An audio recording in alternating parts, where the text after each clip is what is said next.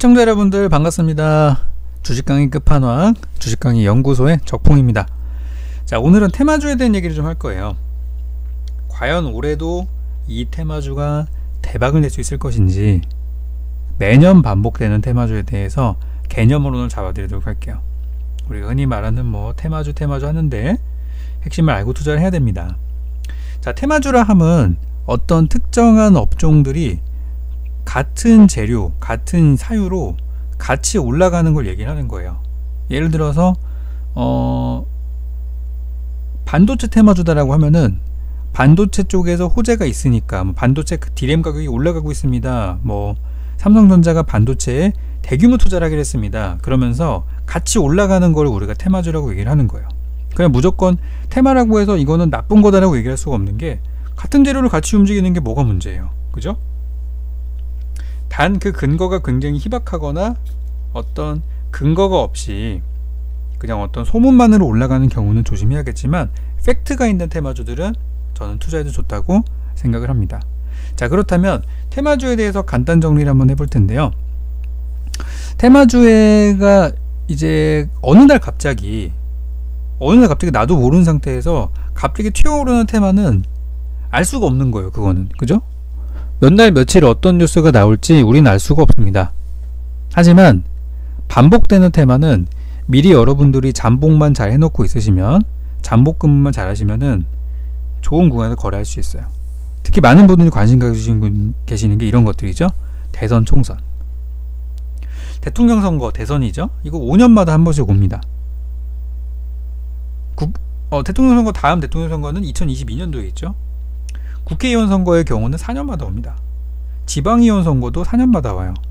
그러면 어떤 정치인의 정책이나 정치인의 인맥이나 같은 대학교 동문, 같은 고향 출신, 뭐 이런 사람들에 관련된 종목들, 어떤 기업인의 뭐 사장이랑 여기를 아는 사이다, 이런 것들이 이제 시장에서 얘기 돈단 말이에요. 대통령 선거는 뭐 누구나 다 아는 사실이죠. 대통령 후보가 되면서 지지율이 올라가기 시작하면은 관련주도 급등을 하는 거. 그래서 이제 이런 일정들을 미리 준비해 놓으시는 게 좋은데, 한 가지 이제 확인하셔야 되는 거는, 이건 누구나 아는 거예요. 주식을 하는 사람뿐 아니라 주식 안 하는 사람도 다 알고 있는 내용이기 때문에 정보의 가치가 그렇게 미공개 정보라든지 그런 건 아니에요. 그냥 누구나 아는 정보예요. 그럼 이런 누구나 아는 정보는 어떻게 매매를 하냐면은 더 남들보다 먼저 준비를 해야 됩니다. 막상 주가가 올라가는 걸 보고 살려고 하면은 늦는다는 얘기예요. 예를 들어서 다음 달이 대통령 선거니까 한 달 전에 미리 산다? 안 돼요. 실제 정치인 관련주나 이런 것들은 한 달이 아니라 한 2년 정도는 먼저 사놔야 돼요. 예를 들자면, 제가 몇몇 종목들 하나 보여드릴 텐데요. 지난 대선 때, 지난번에 이제 이런 것들이 좀 있었죠. 종목들 중에 지엔코라는 종목이 있어요. 차트 보면은 엄청 올라갔다가 엄청 빠진 종목인데요. 지엔코라는 종목이 있는데, 이거는 무슨 종목이었냐면, 지엔코는 이전에 반기문 전 유엔 사무총장 관련주여가지고 2016년도에, 여기가 2016년도입니다. 엄청 올랐을 때 있죠. 16년도에 차기 대선 후보로 굉장히 유명했었어요. 그리고 본인 또한 출마 의지를 밝혔죠. 그랬었는데 시간이 지나고 나서 2017년 2월 달에 출마 포기 선언을 했어요. 그래서 결국 주가는 완전히 그냥 바닥으로 박살이 나버렸죠. 그죠? 그래서 처음에 1,000원대에 있던 종목이 거의 9,000원까지 가면서 9배, 10배 정도 이렇게 시세를 내기도 했었던 종목인데, 결국엔 이렇게 마무리가 됐어요. 9,000원짜리가 결국에는 여기 보시면은 최근에 뭐 900원까지 내려가기도 하는데요. 그래서 이런 종목들은 선거가 만약에 있다고 하면은 그 선거 이전에 먼저 살려고 하는 사람들이 많기 때문에, 정말 먼저 주가가 뜨기 전부터 준비를 해야 하고, 혹은 주가가 처음 스타트할 때 그때 잡지 못하면은 선거 앞두고 한번 뭐 빠지면 사야지 그런 생각하고 있다면은 거래하기 쉽지 않아요. 지금처럼 누구나 알고 있는 재료 같은 경우는. 그래서 그런 부분들을 보셔야겠고요. 그 다음 뭐 차기 대선 같은 경우는 2017년도 봄에 있었죠. 그리고 이제 다음으로 볼만한 종목들이 이전에 박근혜 전 대통령의 관련주를 알려졌었던 뭐 이지 같은 종목들도 보시면은, 자 보세요.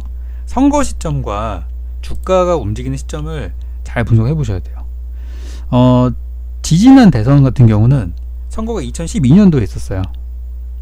2012년도 그때가 12년도 제가 월봉으로 한번 볼게요. 보기 편하게. 2012년도 12월 달이 선거가 있었어요. 근데 주가 한번 잘 보세요. 그 당시에는 박근혜 후보가 굉장히 유력한 후보였어요. 근데 유력한 후보였음에도 불구하고 2012년도 12월 달에 주가는 이미 고점인 67,000원 대비해서 상당히 많이 빠진 상태, 거의 반토막이 났어요. 심지어 대통령이 당선이 됐는데도 그 뒤로 주가가 더 빠지기 시작해가지고 전고점 대비해서 현재 주가는 거의 뭐 10분의 1 토막까지 3년 뒤에는 이렇게 됐을 정도로 선거 이후에 완전히 그냥 초토화가 됐단 말이에요. 그래서 대선 관련된 종목들은 누구나 알고 있는 재료이기 때문에 이미 1년 전에 시세를 마무리한다라는 거를 우리가 알고 계셔야 돼요. 이미 1년 전에 시세는 마무리가 된다. 그래서 이런 식으로 좀 장기적인 재료의 경우는 미리미리 준비를 해 놓으셔야 되겠습니다. 국회의원 선거도 마찬가지예요. 자, 그리고 요거는 우리가 좀 접근하기 쉬운 테마라고 볼 수 있는데요. 매번 반복되는 테마. 자, 우리나라는 아직까지는 사계절이 있습니다. 점점 이 봄, 가을이 줄어들고 있긴 하지만 아직까지는 그래도 사계절이 있는 나라인데요. 봄, 여름, 가을, 겨울에 대한 테마들도 한번 볼만한 내용들이에요. 왜냐면 봄철이 되면은 어김없이 구제역이 돌아올 것이고 미세먼지 황사가 올 것이고 조류독감이 오기 때문입니다. 여름이 되면 어떻게 돼요? 무덥죠. 냉방기기, 전력난, 장마 매번 오는 거예요. 태풍, 그죠? 가을이 되면 어때요? 또 추석여행 어디 갈까, 그죠? 해외여행 관련된 종목들, 또 환절기다 보니까 갑자기 질병 생기죠? 겨울 되면 어떻게 돼요? 폭설 때문에 뭐 제설 관련된 그런 것들, 난방기기 관련된 것들, 이런 관련주들이 올라간단 말이에요. 우리 실생활에 연결된 거기 때문에. 예를 들어서 여기 이제 신일산업이라는 기업이 있습니다. 우리 신일산업 하면 원래 이 선풍기로 되게 유명한 기업이잖아요. 그죠? 생활가전들을 만드는 그런 회사들인데, 사실 뭐 난방기기도 만들고요. 별거 다 만듭니다. 공기청정기도 만들고요.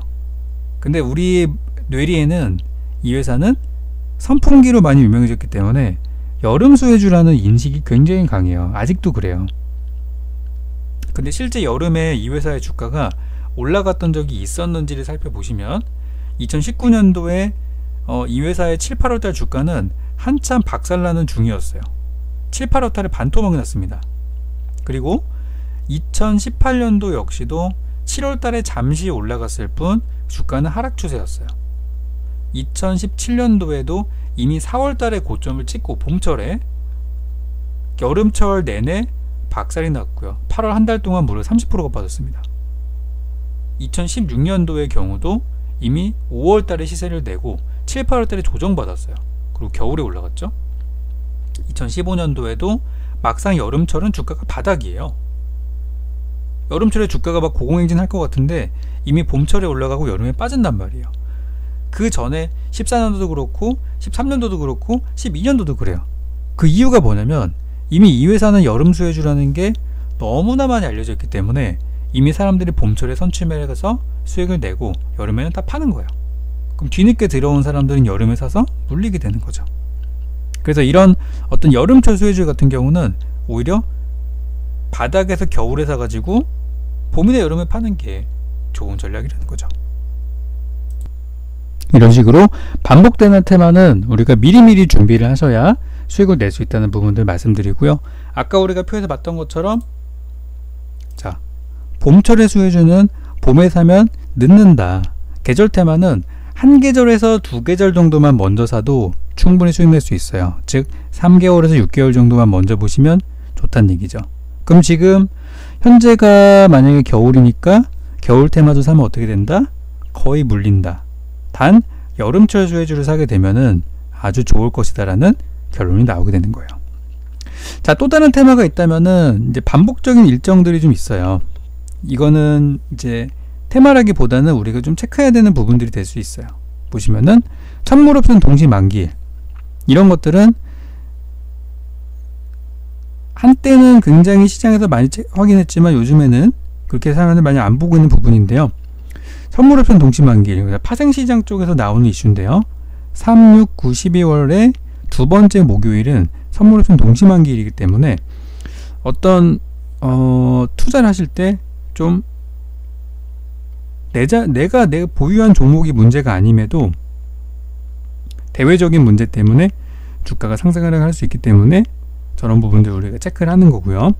그리고 금융통화위원회, 우리 금리가 결정되는 금통이라고 하죠. 금통에도 연 8번 정도 있기 때문에 금리에 따라서 우리가 투자 방향을 결정을 좀 할 수도 있어요. 이런 반복되는 것들도 어떤 그런 확인해야 되는 부분이고, 미국의 FOMC, 우리 이런 거 많이 들어보잖아요. 그래서 미국 FOMC 회의에서 뭐 향후 뭐 경제나 금리 방향에 대해서 뭐 금리 인하하기로 했다, 이런 거 되게 우리나라에 영향 많이 미치죠. FOMC 같은 경우는 연 8번 정도를 하게 되는데, 그 중에서 3월, 6월, 9월, 12월 이 분기마다 한 번씩은 이 FOMC의 의장이 기자회견을 통해서 직접 코멘트를 남기기 때문에 이 시기가 평소보다 좀 중요한 시점이라고 할 수 있어요. 그래서 오늘 이제 이 테마주회 같은 경우는 그날 나오는 거를 잡는 거는 쉽지 않기 때문에 그것도 제가 공략하는 방법을 나중에 알려드릴 테지만, 오늘은 기본 개념으로 미리 준비할 수 있는 것부터 수익을 내버려서 사다가 나중에는 실시간으로 뜨는 것들, 이런 거를 공략하는 방법까지 같이 알려드리도록 할게요. 그래서 테마주는 이런 식으로 준비하면은 된다. 반복적인 이슈만 잘 체크하시면 되는 거니까 미리미리 준비하셔가지고 꼭 큰 수익 낸 여러분이 되셨으면 좋겠습니다. 자, 그러면 오늘 여기까지 마치도록 하고요. 다음 시간에 더 좋은 내용으로 찾아오겠습니다. 감사합니다.